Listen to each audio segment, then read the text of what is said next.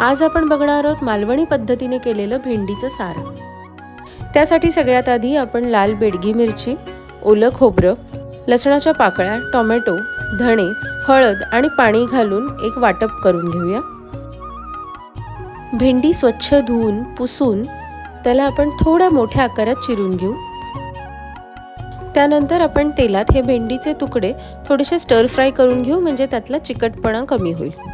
दुसऱ्या भांड्यात तेल तापवून आपल्याला त्यात ठेचलेलं लसूण आणि कढीपत्त्याची पानं घालून घ्यायची आहेत। ह्यात सुरुवातीला केलेलं कांद्या खोबऱ्याचं वाटप घालून बारीक चिरलेली कोथिंबीर आणि उभ्या चिरलेल्या हिरव्या मिरच्या घालायच्या आहेत। वाटप व्यवस्थित परतलं गेल्यावर त्यात आपण पाणी, कोकम, स्टर फ्राय केलेले भेंडीचे तुकडे आणि मीठ घालून शिजवून घेऊ।